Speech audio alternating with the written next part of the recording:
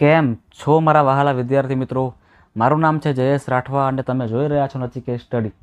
મિત્રો, આપણે આ વિડીયોની અંદર સ્વાધ્યાય 3.3માં દાખલા નંબર 4ને સોલ્વ કરવાના છે. જે મિત્રો દાખલો થોડોક તમારા માટે ટ્રિકી હોઈ શકે છે, પણ છે ખૂબ જ સિમ્પલ. જો તમે કરો ને તો તમને ઇઝીલી ખબર પડી જાય એવો દાખલો છે, પણ તમારે માત્ર ને માત્ર મિત્રો શરૂઆત તો કરવી જ પડે. તમે જો ડાયરેક્ટ દાખલાની રકમ જોઈ લો આવી રીતે અને અઘરું છે એવું કહી દેશો ને તો તમને નહીં ખબર પડે.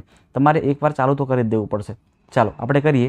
અહીં મિત્રો આપણને સમીકરણ યુગમાં બે આપેલા છે. એક તો છે થોડુંક ટ્રિકી આપેલું છે, આપણને ખબર નહીં પડે એવું આપેલું છે, અને બીજું આપણને સિમ્પલ આપેલું છે. બરાબર, તો સૌથી પહેલાં તો આપણે આને સિમ્પલ કરવાનો ટ્રાય કરીએ.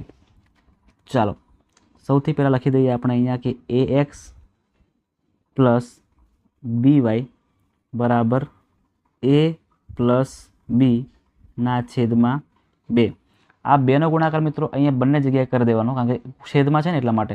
તો 2 ગુણ્યા a એટલે 2ax પ્લસ 2 ગુણ્યા by એટલે કે 2by, અને ઉપર તો જે છે ને a પ્લસ બી, તો a પ્લસ બીનું a પ્લસ બી જ આવશે.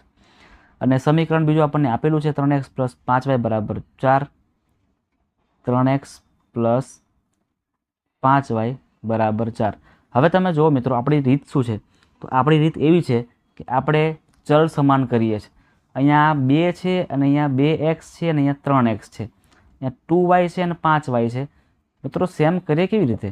તો કાં તો આ 2ને આપણે 3 વડે ગુણવા પડે અને 3ને 2 વડે ગુણવા પડે તો પણ થાય, અથવા તો આ 2ને 5 વડે ગુણો અને 5ને 2 વડે ગુણો તો પણ થઈ જાય. પણ આ બી પણ છે ને, પાછો આ બી પણ છે, અહીં બી પણ લાવવાનો છે, એટલે આને આપણે બી વડે તો ગુણવું જ પડશે. બરાબર ને? તો જ અહીંયા 5by થશે. ચલો, એટલે અહીંયા 2 અને આ 5 છે, એટલે બંને જગ્યાએ 10 10 કરવા માટે આ 2ને હું કેટલા વડે ગુણીશ? તો આ 2ને હું 5 વડે ગુણીશ, અને આ 5 તો છે એટલે અહીંયા આને 2 વડે ગુણવા પડશે, એટલે 2b વડે મારે ગુણવા પડશે. ચલો આપણે ગુણી દઈએ અને તમને સમજાવું. ચલો, 2ax ગુણ્યા 5 એટલે 2 પંચા 10, 10ax પ્લસ 2by ગુણ્યા 5 એટલે કે 5 દુ 10, 10by બરાબર 5નો ગુણાકાર એ સાથે અને 5નો ગુણાકાર બી સાથે, 5a પ્લસ 5b. હવે નીચેનું સમીકરણ જો, 3x ગુણ્યા 2b એટલે 3 દુ 6bx પ્લસ 5y ગુણ્યા 2b 5 દુ 10by, 10 જો થઈ ગયા ને, 10by 10by. આપણે એના માટે બધી માથાકૂટ કરી હતી, અને 4 ગુણ્યા 2b કરો એટલે 4 દુ 8b થઈ જાય. હવે લાઈન કરીને માઇનસ કરી દઈએ એટલે બધું કેન્સલ કરી પછી આપણે જે બચે છે લખી દઈએ છીએ. આને માઇનસ કરવા પડશે, આને માઇનસ કરવા પડશે, આને માઇનસ કરવા પડશે, આ હવે કેન્સલ થઈ જશે. તો હવે શું બચે છે એ લખી દઈએ. તો 10ax માઇનસ 6bx, અને આ બાજુની સાઈડ પર જોવા જાઓ તો 5a plus 5b minus 8b. આમાં હજી ચેન્જ થઈ શકે એવું છે. જો અહીંયાથી આપણે કોમન લઈએ, અહીંયા કરી દઈએ છીએ. સમજો, આ 10ના ભાગ શું પડે? તો કે 5 દુ 10, 6ના ભાગ શું પડે? 3 દુ 6, મતલબ કે 2 કોમન નીકળે, અને x બંનેમાં એટલે કે 2x આપણું કોમન નીકળશે. તો અહીંયા 2x કોમન નીકળે તો અંદર શું વધશે મિત્રો? હવે તો અંદર વધશે 2 પંચા 10 એટલે 5a માઇનસ આમાંથી 6 છે, એટલે 2 તો બહાર આવી ગયા ને, એટલે 3 વધશે, 3b વધશે. અને આ બાજુની સાઈડે બરાબરની સાઈડ જોવા જઈએ તો અહીંયા 5a plus 5b minus 8b. તો માઇનસ 8માંથી 5b માઇનસ કરો એટલે 8માંથી 5 3 વધશે, એટલે માઇનસ 3b આવશે. 5a minus 3b. હવે તમે જોઈ શકો છો કે બરાબરની બંને જગ્યાએ સમાન કિંમત હોય તો ઉડી જાય, એટલે આ અને આ આખું જ કેન્સલ થઈ જશે. આખું જ કેન્સલ આપણે કરી દેવાનું. તો હવે શું બચે છે અહીંયા? તો કે 2x બરાબર કંઈ નથી બચતું, સોરી અહીંયા 1 તો બચશે જ, 1 બચશે, ગુણાકારમાં અહીંયા 1 કોમન નીકળશે, એટલે કે x બરાબર 1/2 આવશે. શું આવશે મિત્રો? 1/2 આપણી xની કિંમત આપણને મળી જાય છે. ક્લિયર છે બધાને?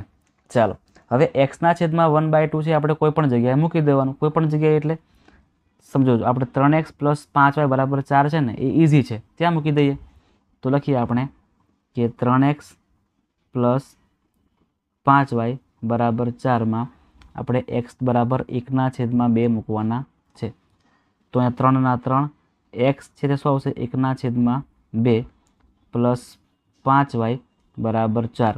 3 એકા 3 ને 2 ના 2 એટલે કે 3/2 પ્લસ 5y બરાબર 4. તો 5y બરાબર 4 તો છે જ, અને 3/2 પછી લખવાનું. 5y બરાબર 4 દુ 8 માઇનસ 3, 8 માઇનસ 3/2. 8 માઇનસ 3 કરો તો કેટલા આવે? વિચારો તો કેટલા આવશે? 8 માઇનસ 3 કરશું એટલે 5 મળશે. એટલે અહીંયા 5y બરાબર 5/2. બંને જગ્યાએ સેમ કિંમત તો આપણે ઉડાવી શકીએ એટલે 5 5 કેન્સલ થઈ જાય. એટલે અહીં શું બચશે? y બરાબર ઉપર કંઈ નહીં એટલે 1/2 તો બચે જ છે. એટલે y બરાબર કેટલા મળી ગયા આપણને? 1/2. મિત્રો દાખલો જો કેટલો સિમ્પલ નીકળ્યો. આપણે ખાલી કર્યું એમાં આપણને ખબર પડી ગઈ. જો આપણે કર્યું જ ના તો ખબર જ ના પડતી ને આપણે. એટલે કે મિત્રો ટ્રાય કરવું એ ખૂબ ઇમ્પોર્ટન્ટ છે. તમે મિત્રો દાખલાને ટ્રાય કરશો ને તો તમને વધારે મજા પણ આવશે. બરાબર, તમારામાં જે જિજ્ઞાસા છે ને એ પણ વધશે કે દાખલો મેં કેવી રીતે સોલ્વ કરી શકું છું. બરાબર, તમારી સામે ચેલેન્જ આવશે, તમારે એને ચેલેન્જને પાર પાડવાની છે. તો મિત્રો ગણિત એક વિષય જ એવો છે કે આપણે ચેલેન્જને પૂરા કરવાના છે, આપણે સમસ્યાનું સમાધાન કરવાનું છે. એટલા માટે ખાસ મિત્રો દરેક દાખલાઓ જે અઘરા લાગતા હોય છે ને એના પર તમારે ખાસ ફોકસ કરવાનું, અને ખાસ તમારે લઈને બેસીને તમારે એને ટ્રાય કરતું રહેવાનું છે, અને તમારે જવાબ પણ લઈ આવવાનો છે. તો મિત્રો આટલું હતું આપણે આ વિડીયોની અંદર. ખાસ દાખલા નંબર 4 માટે જ આપણે સ્પેશિયલ આ વિડીયો બનાવેલો હતો. તો અહીં આપણે આટલું જ રાખીએ છીએ. હજી આપણે દાખલા નંબર 5, 6, 7 બધા બાકી છે, એ આપણે આની પછીના વિડીયોમાં જોઈશું. અત્યારે આપણે આટલું જ રાખીએ છીએ. જે પણ વિદ્યાર્થીઓ ચેનલ પર પહેલી વાર આવી રહ્યા છે, વિડીયો પહેલી જ વાર જોઈ રહ્યા છે, એ તમામ વિદ્યાર્થીઓ ચેનલને સબસ્ક્રાઈબ કરી નાખજો, વિડીયોને પણ લાઇક કરી દેજો, અને તમારા મિત્રો સુધી આ વિડીયોને શેર કરી આપજો.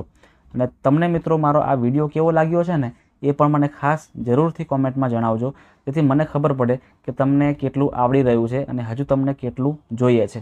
તો ખાસ મિત્રો કોમેન્ટ કરજો એટલે મને ખ્યાલ પડે, અને તમારા માટે મિત્રો વધારે વધારે સારામાં સારા વિડીયો બનાવવાનો અમે પ્રયાસ કરીએ. તો મળીએ છીએ આપણે નેક્સ્ટ વિડીયોની અંદર, જેમાં આપણે દાખલા નંબર 5, 6 અને 7 પૂરા કરાવીશું.